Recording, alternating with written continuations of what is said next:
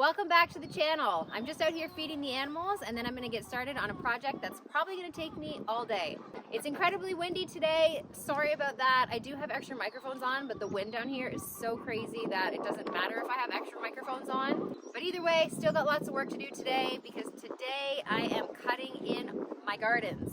And on top of cutting in my gardens, someone is coming to pick up Lily today. So if you've been tuning into the channel, you know that Penny, our goat, had a kid not too long ago, and we named her Lily. She is now old enough to leave, so she is going to a new farm today. So I'm just going to finish feeding at the animals, and then it's time to get started. It's the end of April, which means it is time to get going on the garden. As you can see behind me, our garlic is in, and that's because we planted that in the fall. So garlic is planted in the fall, and we'll harvest it in July or August. But everything else gets planted in the spring, which means I really need to get going on making some gardens.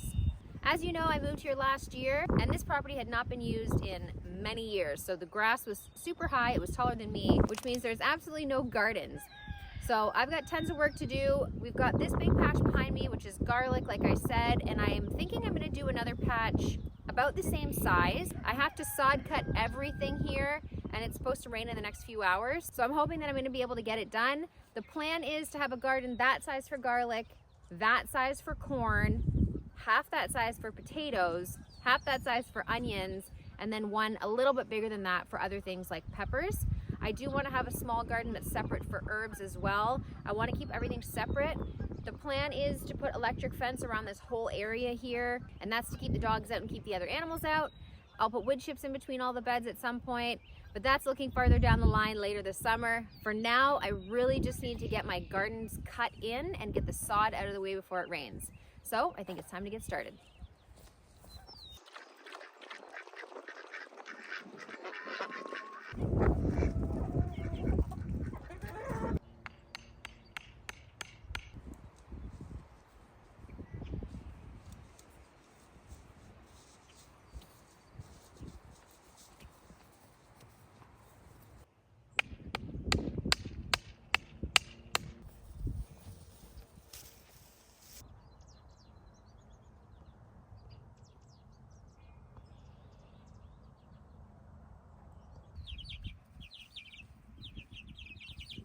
I stopped at Home Depot this morning and picked up this sod cutter. It is a 12-inch sod cutter, and it's got different depths that you can do the sod cutting to.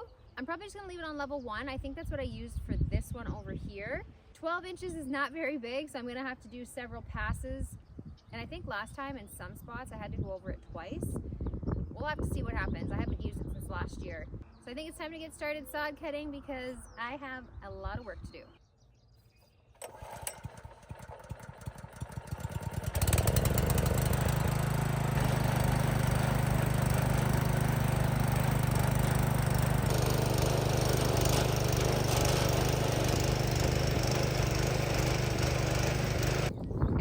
First pass, so I'm just going to check and see how the sod looks coming off.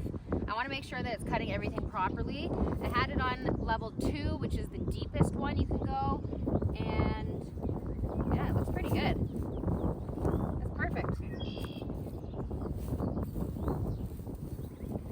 So it quite literally just comes off as a chunk of sod. So it's looking good. Time to keep going.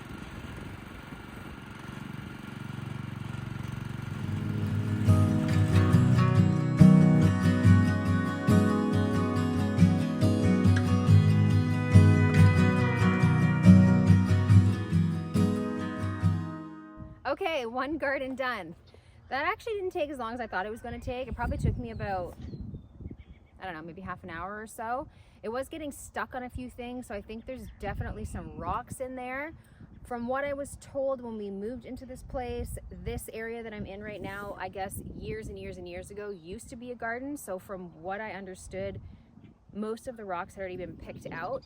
There are some rocks in here because I know that we picked some out of the other garden when we were doing the garlic.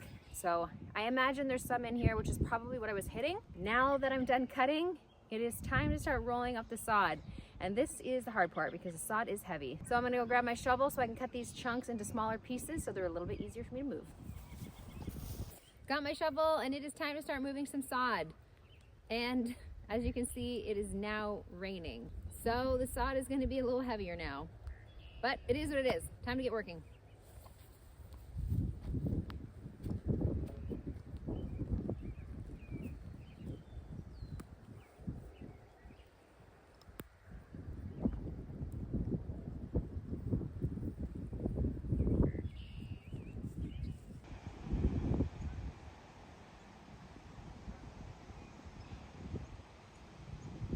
That took forever, or what felt like it took forever. It was only a couple hours, but that sod is incredibly heavy because it's very wet. The wind is not helping anything. It's insanely windy today. And probably my biggest complaint about the whole thing, or my biggest thing that I felt was the most difficult, was that my hair kept blowing in my face and there's mud everywhere. There's just mud in my hair, there's mud on my face, which is why my hood is tied like this. That was probably the biggest issue I had, was just my hair continuing to blow in my face. But the garden is done, and I'm so happy because now I have 2 gardens. And now that the big garden's done, I want to cut in a couple more small ones. One small one for potatoes, a small one for corn, a small one for herbs, and I need one for strawberries because I forgot that I picked up 60 strawberry plants yesterday, so I need to get those in the ground too. So I do need a small area for the strawberries, which I think I'm gonna do a couple rows at the back of this garden. I think I'll do them across the length of both maybe. I'm not really sure yet, but I want the strawberries to be separate from everything else. So now that this one's done, it's time to start cutting the next one. The other gardens are gonna be significantly smaller, so hopefully they don't take too long, because it did rain on me for 2 hours while I was doing this. So it stopped right now, and I'm hoping it stays that way while I finish up the gardens.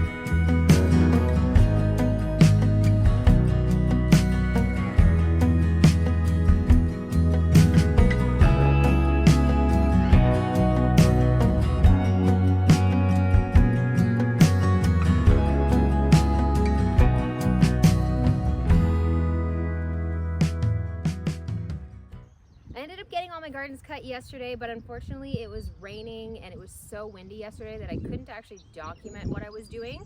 So I'm going to take you around. I'm going to show you what I cut in today. Now that the sod cutting is done, I just have to rent a rear tine tiller and then I'll till all the ground up. But let me take you around and show you what I got done.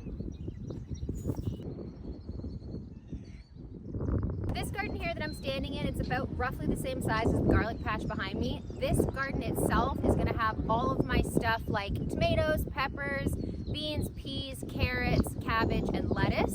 I'm going to be putting some trellises along the perimeter of this big garden, and that's where I'm going to be putting my cucumbers, beans, and peas so they can grow up instead of taking over the ground space below. This garden is strictly going to be for stuff that we're using regularly. Tomatoes, cucumbers, beans, peas, carrots, lettuce. And back here, I'll show you what's going to go in these other gardens. So back here, I cut 5 other little plots for gardens. The one that I'm standing in right now is going to be for herbs. So this whole space is going to be for herbs only. I have a lot of herbs going in this year, more than I usually plant. Last year I dehydrated rosemary, sage, parsley, oregano, basil, and I think that's it. and that got me through the winter. This year I want to do way more herbs to be able to offer, as well as to be able to have a bigger stock to get over the winter. I had just enough to get us through the winter. I have a little bit left, so we should be okay until the fresh stuff starts coming in, but I want more next season to keep over the winter. So that's why this area is so big.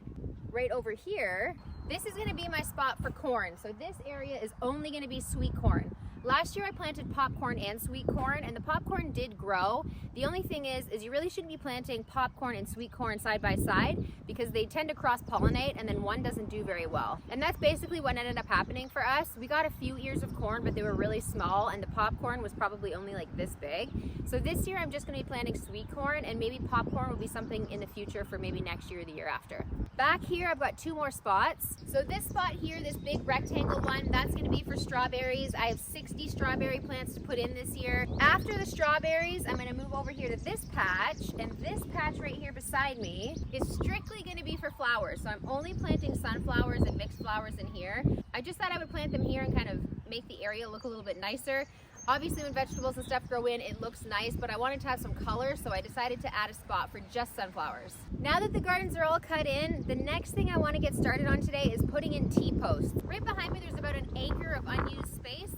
It hasn't been cut this year, the grass is getting long, and she is going to help me maintain the grass over here. I took this T-post, a new T-post, and I lined it up with one of the ones that are already in the ground. I marked it with a piece of red tape, and I'm going to use this as a marker to make sure that all my T-posts are at the same height. Judging by the size of this one, I needed 32 T-posts, so I imagine over here I should need about 32. But getting 2 pastures set up with T-posts is going to be the project for today, and then later this week I'll put up all the electric fencing that goes with it. Today's goal is just to get all the T-posts in.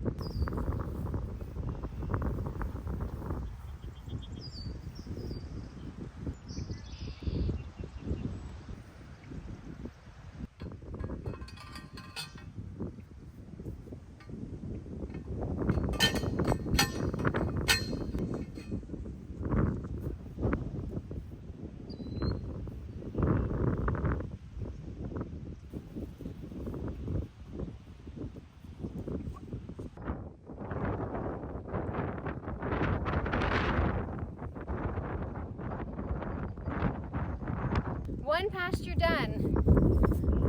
That was a lot. I definitely should have been wearing gloves. I have most certainly ripped the skin off my hand. I think I'll do the second pasture next, and then I'll see what's left over for the garden. I'm more concerned about getting her moved to be able to move her around the property because the garden's not even planted yet, so I'm not too concerned. There's a few rogue chickens that go about the yard sometimes, and I have seen them down at the garlic starting to pick at the little pieces of the greens coming up, but I'm more concerned about being able to move Annie. Okay, I think I picked the spot for the next pasture. My plan has changed just a little bit.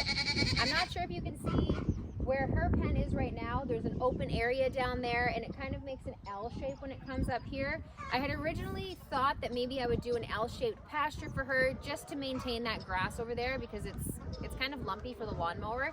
However, I think I've decided that I'm going to do her pasture this way and run all the way down to where the garden is and then come back to where she is right now. And the reason I've decided not to use that kind of narrow space back there is because I think I'm going to turn that into an orchard. So I've got 4 mature apple trees already, 2 by the house and then 2 way down along the property line.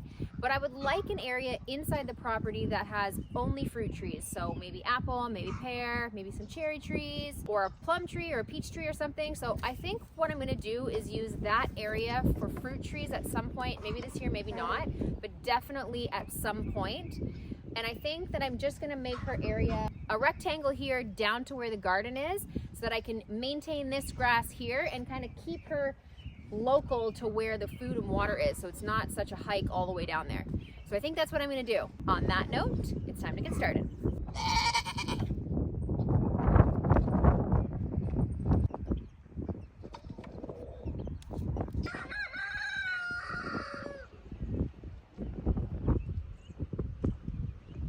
Pasture number 2 is done.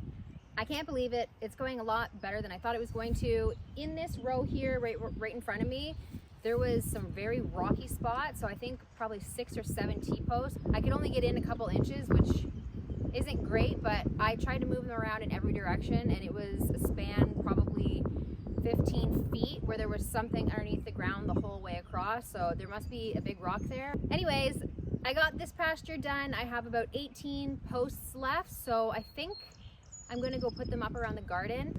So that's what I'm gonna go do next.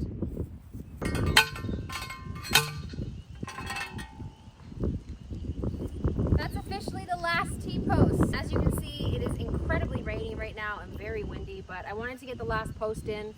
I'm short, I think, about two posts, and that'll finish the whole perimeter of the garden. So I was able to get 2 pastures done for Annie and the posts around the garden. I'm really happy with how everything turned out because I did do this by myself. So 70 T-posts in and all the garden sod cut by myself in 2 days. So I'm happy with that. Next on the list is getting a few more T-posts to finish around the garden, and then I have to get another probably 50 T-posts or so. And I'm going to do one more pasture for her, and it's going to be on the other side of the house, and it's going to be from the front of the road all the way to the back of the property. So it's going to be a big spot. It'll probably be close to 2 acres. So that is going to be a lot of T-posts, but that is going to be something maybe later this week or maybe next week. For now, I'm happy with what I've got done. As far as the garden goes, the last thing that needs to be done in here is I just need to rent a rear tine tiller, till up the garden beds, and then bring in some soil and compost.